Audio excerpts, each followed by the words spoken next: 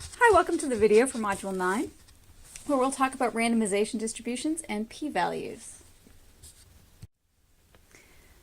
Recall that when the results of a hypothesis test are statistically significant, that means that the observed data would be unlikely to occur by chance if the null hypothesis is true. In this case, the null hypothesis is rejected, and we say that there's strong evidence in favor of the alternative hypothesis.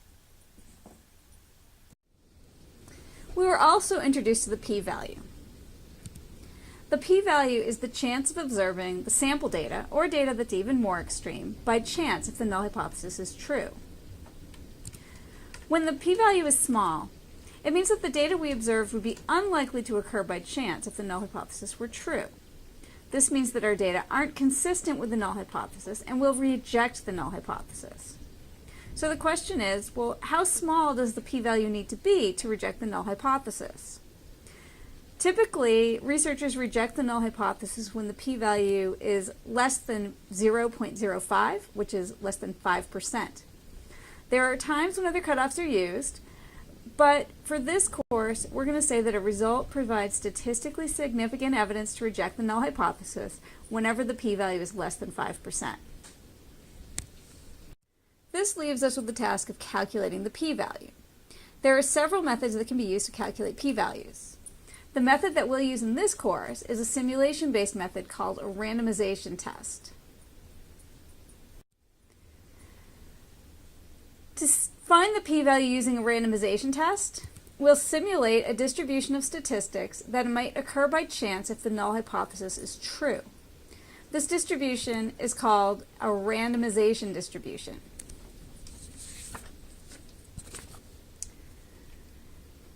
In order to simulate the randomization distribution, we'll use StatKey, and we'll see how to do this with an example. Recall that in the United States, 49% of all births are girls and 51% are boys. In our last module, we formulated the null and alternative hypotheses that we can use to determine whether there's strong evidence that people who use the XORT method are more likely to have girls compared to the general population. The null hypothesis is that XORT does not change the chance that a person will have a girl. That is, that the chance would still be 49%, just like the general population. The alternative hypothesis is that those using XORT are more likely to have girls than the general population, and so their chance would be more than 49% of having a girl.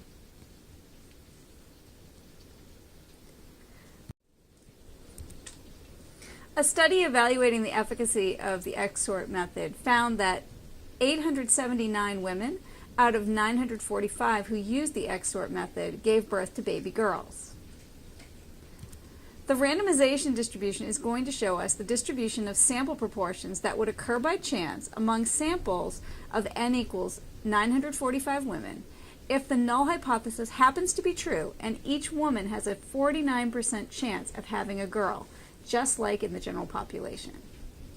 By comparing our sample statistic to the distribution of these results, we'll be able to decide if the sample data are consistent with the null hypothesis or if they provide statistically significant evidence that women who use XORT really are more likely to have girls. We're going to use StatKey to simulate the randomization distribution, and here are the steps.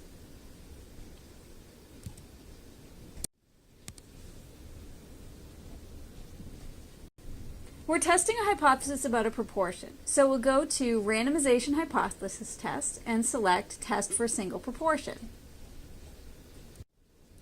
We need to enter our data into StatKey. To do so, you click on Edit Data, and then we enter the data from our study sample. There were 879 women who had the girls, so that's the count, and 945 total women, that's the sample size. Next, we have to set the value of the proportion to match our null hypothesis. So you click on that hypothesized proportion. Since our null hypothesis is that women who use XORT have a 49% chance of having girls, we'll change the null hypothesis to p equals 0.49. Finally, we are ready to simulate our randomization distribution by generating 1,000 samples. The output here shows the randomization distribution. Notice that it's centered near 0.49. This is because it was simulated to show us the kind of sample statistics that would occur by chance if the null model is true, in which case each woman using XORT would have a 49% chance of having a girl. Each dot in the distribution shows the proportion of girls that might occur by chance in a sample of 945 births if the null model is true. Once again, the p-value is the chance of observing the sample data, or data that's even more extreme, by chance if the null hypothesis is true. Let's look at how to find the p-value in StatKey.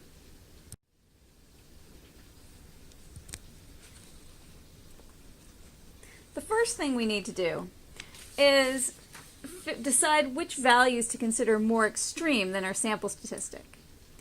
Values that are more extreme are those that support the alternative even more than the sample statistic.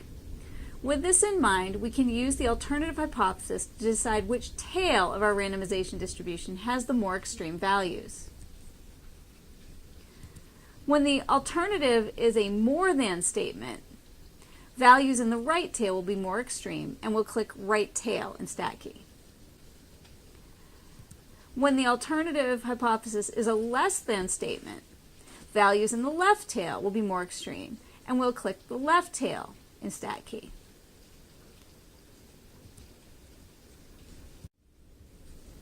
In our case, since our alternative hypothesis is that those using XORT are more likely to have girls, we click on the right tail button, right here. Notice that when we click on one of the tails, StatKey will show the value along the x-axis down here that cuts off 2.5% on the selected tail. This is not the p-value. The p-value is measured by finding the proportion of the sample statistics in the randomization distribution that are as far into the tail as our statistic from the original sample. Our statistic from the original sample is 0.93, or even farther. The next step is to click this box down here on the x-axis and change the value so that the tail will start at our statistic from the original sample. So I'm changing the cutoff from 0.524 to 0.93.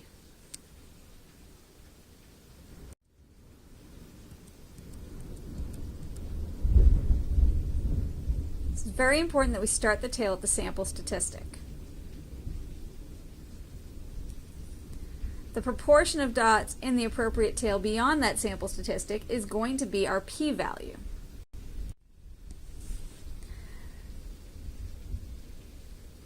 Now StatKey is calculating the proportion of the sample statistics in the randomization distribution, the proportion of the 1,000 dots on the plot, that is, that are at our sample statistic, 0.93, or even further out in the distribution.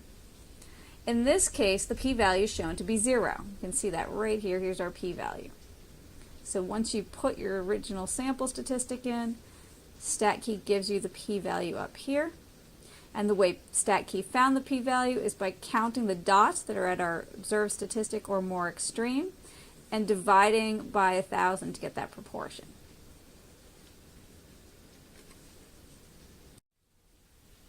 For our hypothesis test, the p-value is 0. This tells us that there is virtually no chance that 93% or more of the 945 women who used XORT would have had girls if the method did not increase a woman's chance of having a baby girl. Our data are inconsistent with the null hypothesis. Formally, since the p-value is less than 0.05, we reject the null hypothesis. This means that the sample data gives statistically significant evidence that women using the XORT procedure are in fact more likely to have girls compared to the general population. We'll use a similar process to decide whether there's evidence that those who use the Y-sort procedure are more likely to have boys than the general population. Recall from the last module that our null hypothesis is that Y sort does not change the chance that a person will have a boy.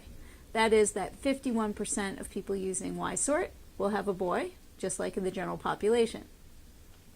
The alternative hypothesis is that those using Y sort are more likely to have boys. That is more than 51% chance of having a boy. A study evaluating the efficacy of the Y sort method found that 84 women out of 152 who used Y sort gave birth to baby boys. Here is the randomization distribution simulated to show the distribution of sample proportions that might occur by chance in samples of n equals 152 births if the null hypothesis is true.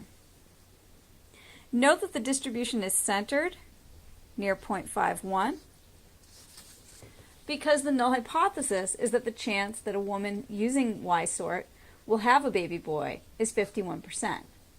To find the p-value, the right tail was used, and it was started at 0.553 because that is the proportion of boys in the original sample. 84 out of 152 gave us an observed proportion of 0.553. StatKey shows us that the p-value is 0.136.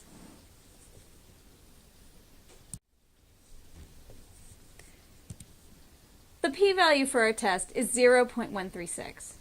This tells us that there's a 13.6% chance that 55.3% or more of the 152 women who used Y sort would have had boys just by chance if the method did not increase women's chance of having a baby boy. Although our sample statistic is higher than the hypothesized value of 51%, it still wouldn't be extremely unusual for the proportion of boys to be this high just by chance. Formally, since the p-value is more than 0.05, we will not reject the null hypothesis. This means that the sample data do not give statistically significant evidence that women using the Y sort procedure are in fact more likely to have boys compared to the general population.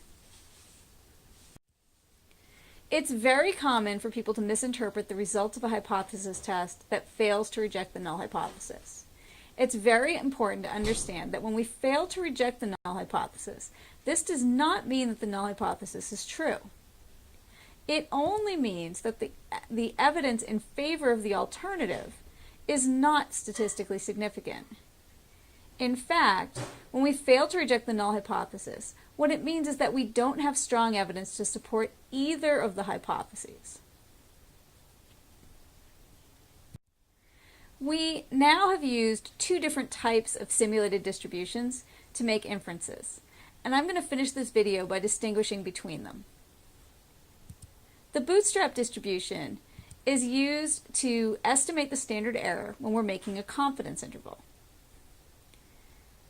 Because the bootstrap distribution is simulated by resampling the data in the original sample, it will be centered near the point estimate from the original sample. The randomization distribution is only used when we're conducting a hypothesis test. The randomization distribution will always be centered near the null hypothesis, and this is because the reason that we simulate it is to show the distribution of sample statistics that would occur by chance if the null hypothesis is true. Complete the module activities and ask questions as needed. Check your solutions to the activities and ask questions. And then, once you feel really confident with the material, complete the module quiz. Thanks. Have a good day.